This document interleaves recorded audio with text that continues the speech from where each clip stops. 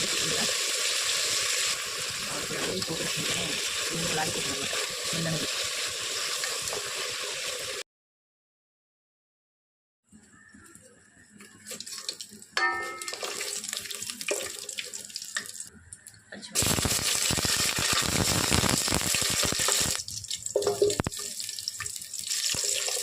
Onions కొంచెం fry కావాలి.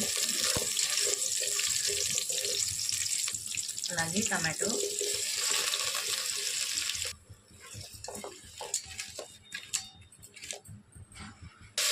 కొంచెం సాల్ట్ అయితే యాడ్ చేస్తున్నాను.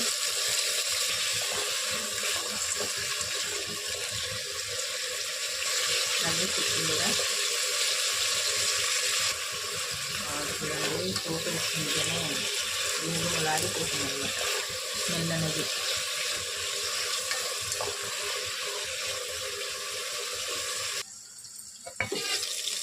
ఇప్పుడు అల్లం పేస్ట్ అల్లం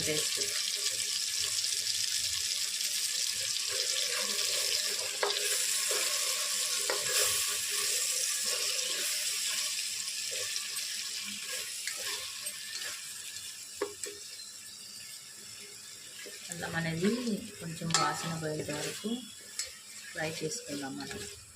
చూడండి, టమాటాలు కూడా మంచిగా ఉడికిపోయినాయి. కలర్ఫుల్గా చూడండి ఎలా ఉందో. ఇప్పుడు వాటర్ యాడ్ చేసుకున్నాం. ఒక గ్లాస్ బియ్యానికి గ్లాసున్నర వాటర్ అయితే యాడ్ చేస్తున్నానండి.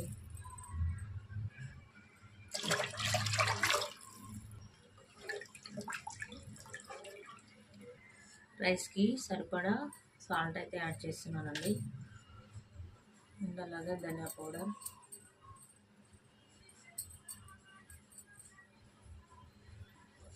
కొత్తిమీర,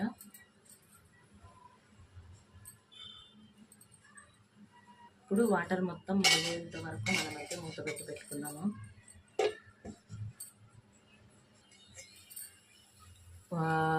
చూడండి ఫ్రెండ్స్, ఇది మసులుతుంది.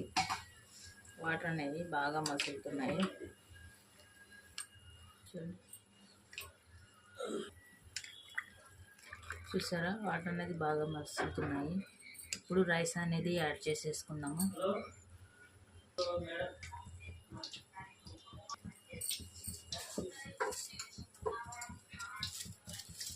ముందుగా నానబెట్టి పెట్టుకున్న బియ్యము వాటర్ యాడ్ చేసుకునేటప్పుడు మనం ఎంతసేపు ముందర నానబెట్టుకున్నామో ఆ టైంని బట్టి వాటర్ అనేది యాడ్ చేసుకోవాలి. ఎందుకంటే బియ్యం అనేది నాని ఉంటుంది కదా, మళ్ళీ రైస్ అనేది మెత్తగా అవుతుంది అన్నమాట. ఈ వాటర్ మసులుతుందంటే స్మెల్ అయితే అదిరిపోతుంది ఫ్రెండ్స్, గుమ్మలు ఆడిపోతుంది. ఇల్లు మొత్తం కమ్మింది అనమాట స్మెల్. అసలు సూపర్ అంటే సూపర్. బాగా మిక్స్ చేసి మూత పెట్టి పెట్టుకున్నాము. మధ్యలో కలుపుతూ ఉండాలండి రైస్ అయ్యేటప్పుడు.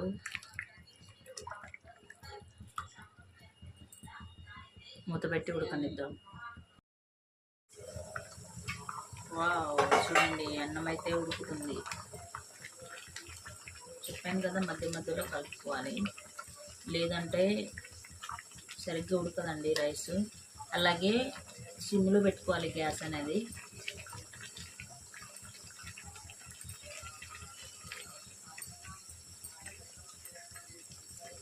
చూసారా ఫ్రెండ్స్, ఎంత కలర్ఫుల్గా ఉందో. మీరు కూడా ఎప్పుడైనా ఇలా ట్రై చేశారా?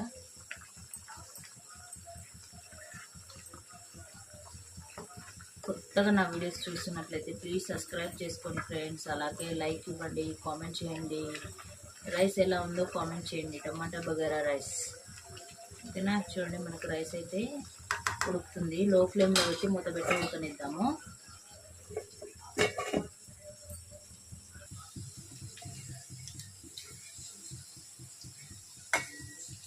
చూసారండి, మనకు రైస్ అనేది రెడీ అయిపోయింది. టమాటో బగారా రైస్ అండి.